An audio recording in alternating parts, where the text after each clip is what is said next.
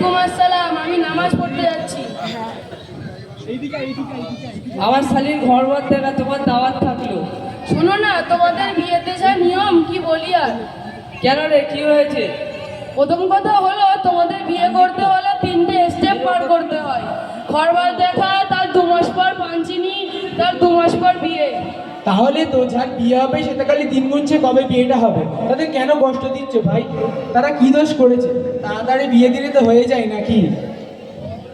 ঘরবার দেখার পর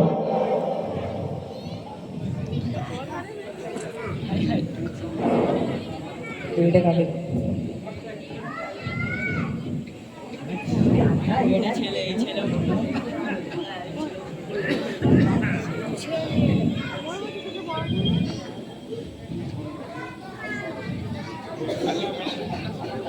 हाँ बेबी। কার সাথে ভাই মেলে বাবু না থানা থেকে করছিস? আরে যার সাথে আমার বিয়ের কাজ ফিট হয়েছে। দেখ ভাই, তুই শুধু অর্ডার বুক করেছিস এবং তা ক্যান্সেলও হয়ে যেতে পারে, আর থানা থেকে শুরু করে দিয়েছিস।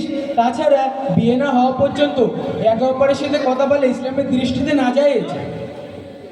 তোর অত জ্ঞান দিতে হবে না।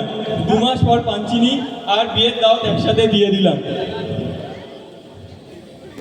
আচ্ছা ভাই, বিয়েটা বাড়িতে হচ্ছে তো নাকি? না না, গাড়ির নিচে সব থেকে বড় রয়্যাল পার্ক বুক করেছে। কেন, বাড়িতে হলে কি হতো? বাড়িতে হলে আমাদের স্ট্যাটাস উদ্ধার হয়ে যেত।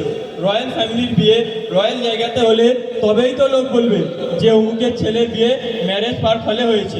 দেখো ভাই, হাদিসে এসেছে, আর দিনু ইসরুন, দিন ইসলাম ধর্ম খুব সহজ ও সরল, আর আমরা এই দিনকে কঠিন করে নিচ্ছি। কি সব বলছি? আমার বাপের আছে বলে খরচ করছি। দেখো ভাই, খরচ করো, কিন্তু ততটা করো যতটা আমাদের নবী সাল্লাল্লাহু আলাইহি ওয়াসাল্লাম করেছেন। আমাদেরকে তার আদর্শে আদর্শিত হওয়াটাই অপরিহার্য। বিয়েতে আমাদের নবী সাল্লাল্লাহু আলাইহি ওয়াসাল্লামের আদর্শ কি ছিল ভাই? বিয়েতে আমাদের নবী সাল্লাল্লাহু আলাইহি ওয়াসাল্লাম বলেছেন, যে বিয়ে যত কম খরচ আর সহজভাবে হবে সেই বিয়ে তত শান্তি ও বরকতময় হবে। আর বিয়েটা পার্কে হলে পার্কের ভাড়া, ডেকোরেশন ইত্যাদি ইত্যাদি, এগুলো ফজুল খরচ। আর ফুজুল খরচ সম্পর্কে আল্লাহ তাআলা কোরআনে বলেছেন, কুলু ওয়াশরাবু ওয়ালা তুসরিফু ইন্নাহু লা ইউহিব্বুল মুশরিফিন। অর্থাৎ খাও ও পান করো, সীমালঙ্ঘন করো না। নিঃসন্দেহে সীমালঙ্ঘনকারীকে আল্লাহ তাআলা পছন্দ করেন না। তাছাড়া এখন অধিকাংশ বিয়েতে দাঁড়িয়ে খাওয়াটা আমাদের সমাজের মধ্যে ফ্যাশন হয়ে দাঁড়িয়েছে। সব জায়গায় খাবারের স্টল লাগানো হয়, সেখান থেকে খাবার নিয়ে দাঁড়িয়ে খাও। আর যদিও কোনো জায়গায় বসার ব্যবস্থা থাকে, সেটাও সামান্য। যদি 1000 মানুষের খাওয়ার দাওয়াত থাকে, তাহলে বসার ব্যবস্থা থাকে 100 মানুষের। আর দ্বিতীয় একটি গুরুত্বপূর্ণ বিষয় হলো, এখন করে খাবার পরিবেশন করার জন্য এবং ওয়েলকাম করার জন্য মেয়েদেরকে হায়ার করা হচ্ছে। এটি পূর্ণরূপে বিজাতীয় রীতিনীতি। শরীয়তে একজন পরপুরুষের জন্য অন্য গায়ের মহরম মহিলা থেকে কোনো প্রকার খেদমত নেওয়া, এমনকি তাকে দেখা পর্যন্ত জায়েজ নেই। সেখানে মেয়েদের দ্বারা খাবার সার্ভ করা হচ্ছে। এটা কি শরীয়ত সম্মত? একটা ছোট্ট বাচ্চাও জানে যে মুসলমানদের জন্য বসে খাওয়া সুন্নত, আর খাবার অপচয়ের তো কোনো সীমাই নেই। আল্লাহ তাআলা কোরআনে বলেছেন, ইন্নাল মুবাযযিরিনা কানু ইখওয়ানাশ শায়াতিন। অর্থাৎ অপচয়কারী শয়তানের ভাই। তাহলে এতদিন আমরা ভুল কাজ করে আসছি, এই বিষয়ে শরীয়তের কোনো কথাই খেয়াল করিনি। আচ্ছা ঠিক আছে ভাই, বিয়ের দিন আসবে। উঁচু করো, ক্যামেরা দিয়ে ঘোরাবো। ধরো এটা পুরো সত্যি।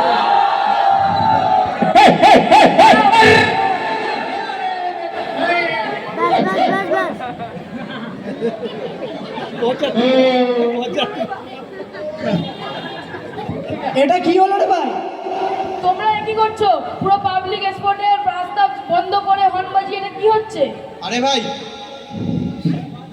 ভাই লোক অনেক কথা বলবে। ছাত্র তুই ফাটিয়ে যা, তারপর কি দেখছি। আরে ভাই, ছেড়ে দাও। ছেড়ে দেওয়ার কি আছে? এখানে অনেক বাচ্চা আছে, অনেক মানুষের আর্জেন্ট কাজ থাকতে পারে। পুরো রাস্তা বন্ধ করে হর্ন বাজিয়ে এটা কি হচ্ছে? মানুষকে কষ্ট দিচ্ছ, এটা কি মুসলমানের পরিচয়? দাঁড়া ভাই, দেখতে দে, বল তোর কি সমস্যা। দেখো ভাই, আমাদের নবী সাল্লাল্লাহু আলাইহি ওয়াসাল্লাম বলেছেন, মান সালিমাল মুসলিমুনা মিন লিসানিহি ওয়া ইয়াদিহি। অর্থ, প্রকৃত মুসলমান ওই ব্যক্তি যার কথাবার্তা ও কাজকর্ম থেকে অপর মুসলমান নিরাপদ থাকবে। এ ভাই চলো আমরা আগামীকাল এসব গুণা থেকে বিরত থাকবো ইনশাল্লাহ।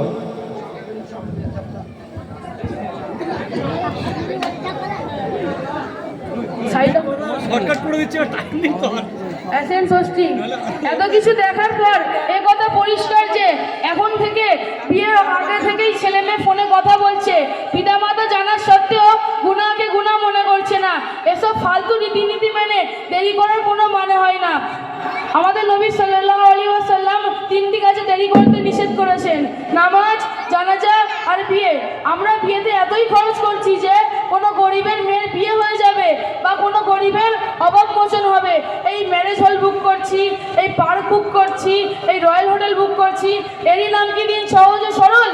দাঁড়িয়ে খাবার খাচ্ছে, আবার খাবার অপচয়ও করছে, হর্ন বাজিয়ে দেখে রাস্তা জাম করে বরযাত্রী যাচ্ছে।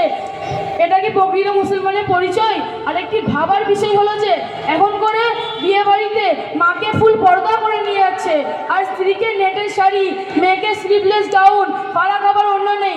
দিনের পর দিন তো আমরা অন্যকে ফ্যাশন করে যা সাইডে ফেলে নিচ্ছি, এটাকে পর্দায় অংশই মনে করি না। আরেকটি হাসির বিষয় হলো এখন করে শুধু আমাদের মাথায় আর মুখে লজ্জা লাগে, কারণ ইনস্টাতে স্টোরি দেওয়ার সময় তো মুখে ইমোজি দিই, আর বাকি জায়গায় তো কোনো শরমই নেই। কোনো সময় একটু হুজুর দেখলে একটু মাথায় কাপড় দিই, আর অন্য ছেলেদের দেখলে তো চুলটা ঠিক করি, মেকআপটা ঠিক আছে কি দেখি, ড্রেসটা কোনো জায়গায় কুচকে নেই তো। এক্সপ্রেশন আর বডি ল্যাঙ্গুয়েজ ফুলি চেঞ্জ। ঠান্ডায় কাঁপছে তবুও ড্রেসের পিছনে পড়ে আছে। সর্বশেষে একটা কথাই বলবো, আল্লাহ মেক্স আওয়ার দিন easy and beautiful, we makes our দিন ডিফিকাল্ট